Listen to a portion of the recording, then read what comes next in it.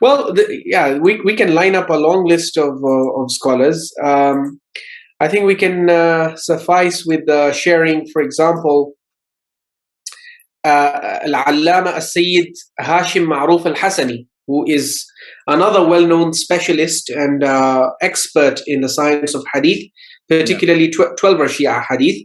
He has written a whole book entitled Al-Mawdu'at fil Athar wal Akhbar, Ardun wa Dirasa. Al-Mawdu'at, fabrications. So he has written a whole book just on fabricated narratives and reports and narrations in the Athar and Akhbar, in the Shi'i Hadith corpus. He has done a presentation and a study of them. So in this book you find, if you come to page 183. That's 193 you wrote. 193, yeah, this is because I'm going by the actual page number. The actual page number is different, yeah, I hear you. Yeah, this is because there's some extra pages in this scan. Yeah. So on page 183, he starts talking about min al-mawdu'at fil mathalib. He says one of the areas where a lot of fabrications happened was in the area of mathalib. Mathalib are basically reports that are that talk bad about the vices and stuff. Yeah, the vices, exactly, the vices, the personalities. Or, among the Sahaba, for example, our favorite subject. You could what we specialize in. Yeah, you could say so. So in his talk about the mathalib, he talks about, for example, some of the books that have been fabricated in this regard, or some of the texts and narrations which have been fabricated in this regard. Let's come to the relevant portion. So he mentions a narration from Sulaym, and then this is what he says. After mentioning this narration from Sulaym, yeah, so this is on page 184. وَيَكْفِي هَذِهِ الرِّوَايَةَ عَيْبًا أَنَّهَا مِنْ مَرْوِيَّاتِ سُلَيْمِ بْنِ قَيْسٍ. He says this narration that I just presented, you don't even need to study or research it too much. It is sufficient aib, and one defect is sufficient to destroy the credibility of this narration. And what is it? What is that aib? أَنَّهَا مِنْ مَرْوِيَّاتِ سُلَيْمِ بْنِ قَيْسٍ. The fact that it has been reported by Sulaym ibn Qais in his book, the fact that it's coming to us from Kitab Sulaym, this fact in itself should be sufficient to discredit the entire narration. Yani, according to Allama Syed Hashim Maroof al Hassani, the very existence of a narration in Kitab Sulaym should be considered the first proof of its being fabricated, because the entire book is a fabrication. Wow. So anything found in it must immediately be pronounced a fabrication. He's not even going complex. He's like, oh, that's in Kitab Sulaym. Yeah, because you see, he's a very deep level muhaqqiq. He's someone who specializes. This entire book, this is like a textbook. If I were to teach a course on fabricated ahadith in 12 Shia sources, this would be the textbook I would be teaching my students from. Yeah. So he's an expert. How many? This is 348 pages. Yeah. It should be translated. We need to translate. It should be translated in different languages, this work. Definitely. Inshallah, if we can get the resources, I would love to make this available in English. This book will open your eyes, because it not only exposes Kitab Sulaym. Is it similar like that scholar of Saudi, the one who's in jail at the moment? Ayatollah Sheikh Hussein al-Radi. The Unki Joy Kitab. What's his book's name again? Yeah, he also has a lot of research. It's not just one book. I mean, he has written a whole book of Ziyarat Ashura, for example. Yeah. But he also has done a lot of research on mawdu'at, on fabricated narrations. He had one about the school of Al-Bayt, what happened to it. He had one that he told me about. Right. Al-Mu'amaratul Kubra ala Madrasat Ahlul Bayt. The great conspiracy against the school of Ahlul Bayt. He's talked about how the Ghulat, they fabricated narrations en masse, and then they falsely attributed them to the Ahlul Bayt. So yeah, the real scholars and muhakkikeen, they do exist. It's just that they're in jail. Yeah. And he actually Allah free him, inshallah. Ameen. Ayatollah Sheikh Hussein al-Radi actually is a product of the Hawza Ilmiya of Qum and Najaf. He studied in both the Hawzat. And so he's also a very great scholar of Rijal, together with Allama Syed Hashim Maroof al Hassani. So you can see Syed Hashim Maroof al Hassani is saying that just the fact that the narration is found in Kitab Sulaym bin Qais is sufficient to discredit it. وهو من المشبوهين والمتهمين بالكذب, because Sulaym ibn Qais himself is among the very mashbuhin, he's among the dodgy and dubious characters. So many lies attributed to him that المتهمين بالكذب, he's accused of being a liar himself because of how many lies have been attributed to him. Although Sayyid al-Khuy would disagree and say that no, he probably himself was not a liar, but people attributed lies to him. In any case, وقد ورد في الكتاب المنسوب إليه أن محمد بن أبي بكر وعظ أباه عند الموت مع أنه كان في حدود السنتين من العمر كما ورد فيه أن الأئمة 13 إماما. He gives you other examples of khurafat which we've already discussed. So this is in his book Al-Mawdu'at في الآثار والأخبار. Then you have another book. He's a specialist and expert in hadith. Yeah, what is this one? So this is called Dirasat fil Hadithi wal Muhaddithin by Al-Allama Syed Hashim Maroof al Hassani. This is published by Dar al-Ta'aruf lil Matbu'at. Same scholar. Yeah, it's the same scholar in Beirut, but in this book on hadith, he also has dealt with Kitab Sulaym bin Qais al-Hilali. Here, among the fabricators, he mentions Sulaym bin Qais bin Sam'an, وَثَّقَهُ جَمَاعَةٌ وَضَعَّفَهُ آخَرُونَ. He says some people have declared Sulaym bin Qais himself to be trustworthy, others have discredited him. وَادَّعَى جَمَاعَةٌ مِنَ الْمُحَدِّثِينَ. There's a whole group of muhaddithin who have claimed that أن الكتاب المعروف بكتاب سليم بن قيس من الموضوعات. He says there is a whole group of muhaddithin who have mentioned that Kitab Sulaym bin Qais is among the fabricated texts. You know what's really painful, Said? I know many Shias who go around saying that there's ittifaq on this book being reliable. Yeah, right. So what kind of ittifaq when there are so many scholars and specialists and muhaqqiqeen who are warning us about it? They go around like this book, they've made it famous amongst the awam, and well, they're starting to realize that one, but regardless, they've made it sound like that no, this book is completely, they disgrace our own madhab, our Shia madhab. The person doesn't realize they're disgracing our madhab by accepting this book. They say to the whole world, including Sunnis, this book is reliable. Instead of saying this book is unreliable, we reject it, we do bara' from it, they say no, this is ittifaq in our school, and you're lying when it's a conspiracy against the Shia madhab when you speak against this book. Exactly, because everything's in reverse gear. They want to keep the exaggerated account of the attack on Sayyidah Zahra alive, and in order to do that, Kitab Sulaym is absolutely crucial. I mean, once Kitab Sulaym goes out of the picture, you don't have any account that comes close to being contemporary. I get it. Yeah, I get it. Okay, so then what does he say after that? So he says there is a whole group of muhaddithin who have warned us that and who have mentioned that the book known as Kitab Sulaym bin Qais is among the mawdu'at, among the fabrications.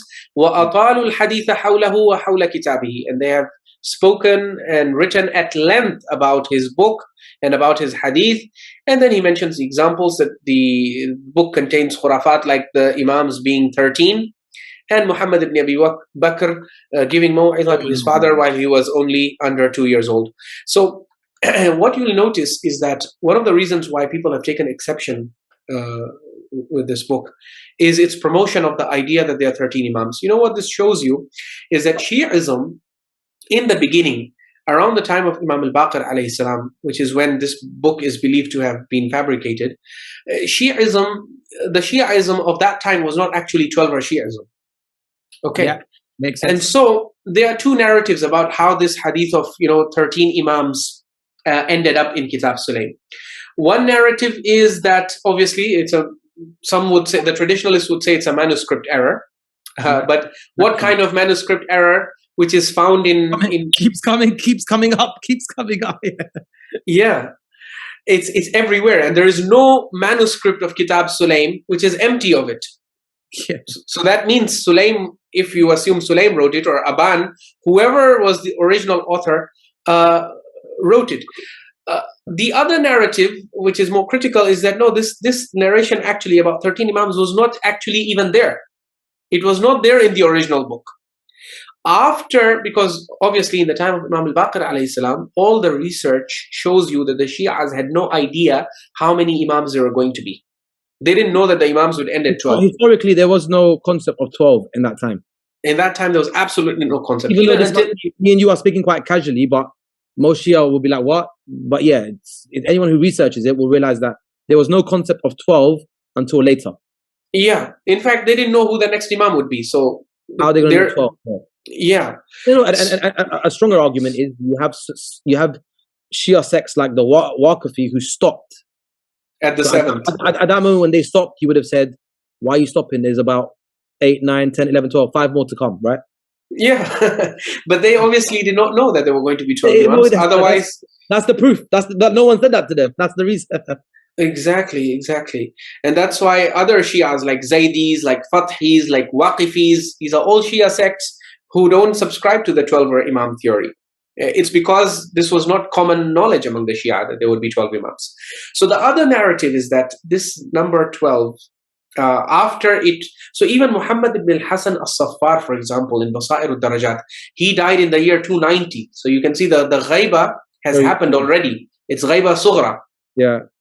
But even as he's writing his book in ghaiba sughra, he makes no mention of 12verism or there being 12 Imams, or so this idea of 12verism is not there in the 3rd century. There in that 3rd century. It's at the beginning of the 4th century. There's a whole research paper on this that we might discuss in the future that explains to you that this whole concept of 12verism, it comes to you at the start of the 4th century. That's when the scholars start pushing it in, yeah.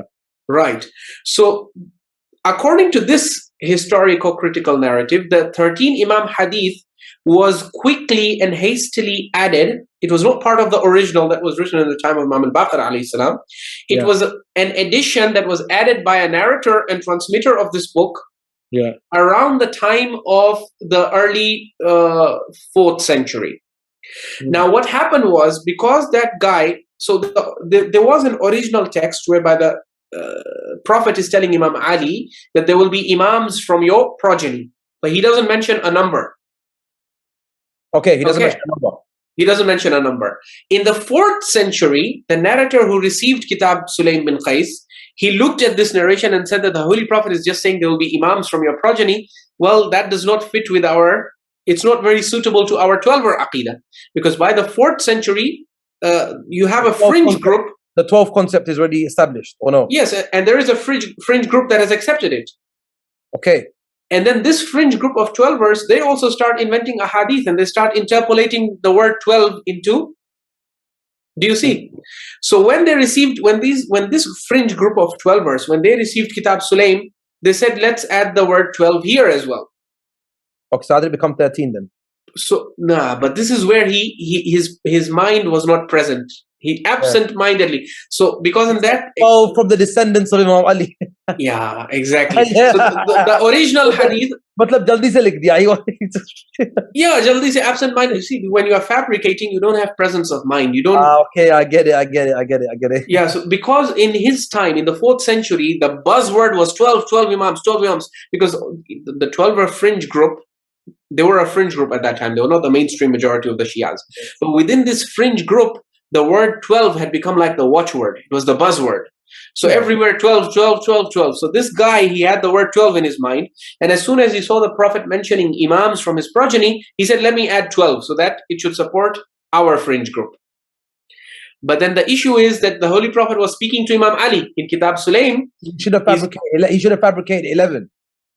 He should have fabricated 11, but 11 was not the watchword. Yeah, I get it. Sabke muh pe, on everyone's mouth, the word in the 4th century was 12. So he was obsessed with the number 12.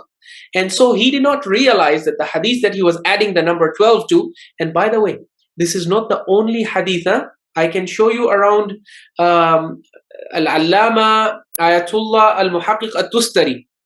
If you look at his Al-Akhbar Al-Dakhila, he has given you a long list of narrations in Shia sources, including Al-Kafi, which has 13 Imams. So this 13 Imam is not an isolated thing. Yeah, In your Shia sources, you have but they get 13 by always saying 12 from Imam Ali's lineage, by that way? Yeah, so you have a hadith in which the Holy Prophet is telling Bibi Fatima. So, okay, the hadith, I get it. I get it. They'll always say 12, but they'll always say from the lineage of Imam Ali.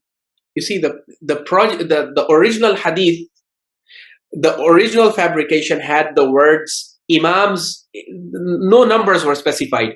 Yes, okay, yes, before yes. the 4th century, you will not find a single narration that mentions 12 Imams. It just mentions Imams from the earlier fabricators did not know that there would be 12 Imams. I get it. And then the ones that came they just said, there's going to be Imams from your lineage. That's it. Yeah, but the early fabricators were only concerned with keeping imama in the line of the Prophet. So their texts only had this much, that there will be Imams from the progeny of Fatima and from the progeny of Ali. In the 4th century, there were fabricators in the 12er sect. And they said 12. They said that these Imams from progeny is not sufficient because Zaydis are claiming their Imam is the Imam from the progeny of the Prophet. Actually, if you leave it like that, you're right. If you leave it like that, again, Zaydis watching this, they're going to be like, yes, this is what we've been saying. Right. And so the 12ers realized that. The 12ers realized that, yeah. So what the 12er fabricate, the 12ers also had a fabricating division. So what they did was, they said, okay, let's take all those ahadith which have mention of Imams from the progeny of Ali and Fatima, but they absent-mindedly, they added 12. So the Prophet in those ahadith then appears to be telling Imam Ali alayhi salam that there will be 12 Imams from your progeny. And he's in another hadith, he's telling Bibi Fatima that anti yakunu ithna ashara imaman min wuldiki. There will be 12 Imams from your progeny. Now, if they're going to be from her progeny starts from Al Hassan alayhi salam, not from Imam Ali. Imam Ali is not progeny of Fatima. Imam Ali is the husband of Fatima. Yes. So whether the hadith gives glad tidings to Fatima of 12, Ali, the buzzword is 12. The buzzword is 12, and because of that buzzword being 12, they end up giving, the fabricators end up giving 12 Imams to Imam Ali in his progeny, and 12 Imams to Bibi Fatima in her progeny.